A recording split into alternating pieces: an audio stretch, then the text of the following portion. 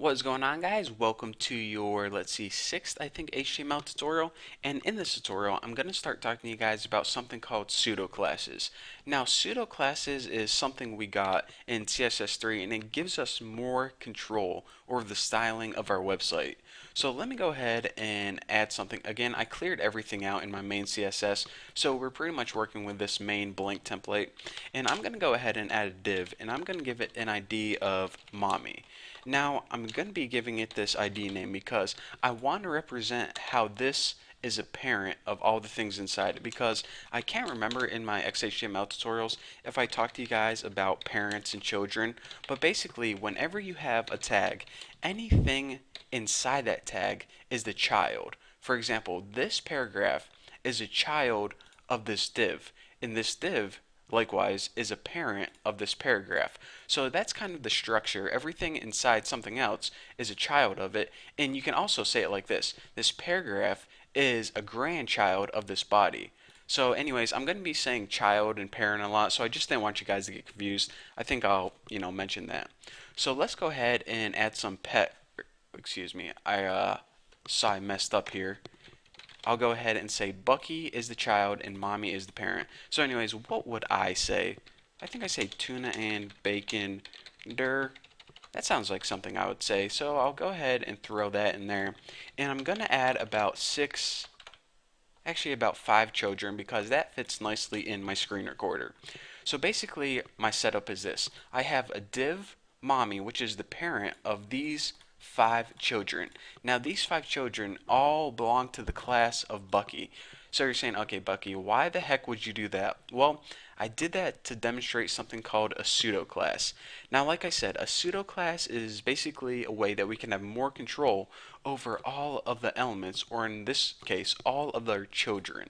So let's go ahead and I'm going to show you guys an example of something called the nth child, which pretty much allows us to represent one of these children according to a number. So say p nth minus child, and yes, this is a minus or hyphen, however you want to say it. You can have something written like this. And what this would mean is any paragraph that is the third child, and we can go ahead and apply attribute to it, gets styled, I don't know, I'll just turn the font green or something. So what happens if we go ahead and save this and run in Chrome? We can see that any third child, that's a paragraph, gets styled with that green color. Pretty weird, huh? But it's kind of useful. And you're saying, okay, Bucky, let me look at this again.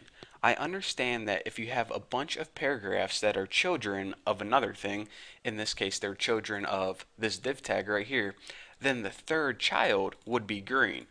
But Bucky, this has to be the most useless thing I've ever seen in my entire life. If I wanted this effect right here, then I could just go right here and apply an inline CSS style to this one. It would save me a whole lot of time, and I don't gotta worry about this nth child and a number of stupid crap like that. Well, I want to say this. You are absolutely correct. And that's why this technique right here, using just one child singled out, it isn't the most commonly used technique. In other words, it's kind of useless. What people typically do is they add keywords or formulas in here.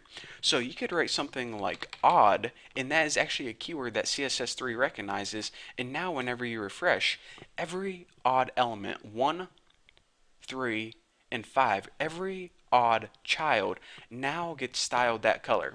So we're saying, okay, that's kind of more useful, because then if I have a site that's maybe a list of links and I didn't know if there were going to be 10 links or 20 links, or maybe it's a cool site that changes every day. Now you could have every other one styled, and if you have a huge list of stuff, it's kind of useful to change every other color because then it's easier to see. So maybe, you're having a Christmas theme on, I don't know, let's say you're making a site like YouTube where you had a huge list of videos. So every odd one would be green and every even one would be red. So let's go ahead and change that and check it out.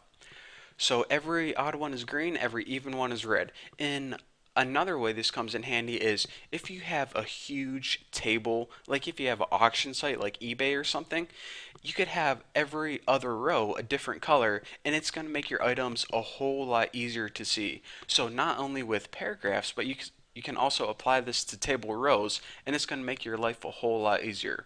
So again, that's what they more commonly use the nth child for, instead of just singling out one element. And another thing I want to point out is you can also write formulas in here, like 4n plus 1 or something, and you can use these complex formulas if you want to say only turn every 4 rows blue. Ooh, my voice crack right there. That's kind of embarrassing. Sorry, I'm just starting to go through puberty. A lot of changes in my life right now. But anyways, if you want to like change every fourth row, like 4, 8, 12, 16, blue, you can do that using these formulas as well. But we don't got time for formulas for this tutorial. I got to move on to the negation pseudo classes in the next tutorial. I got crap to do. I got puberty to go through. So anyways, thank you guys for watching. Don't forget to subscribe, and I'll see you guys in the next tutorial.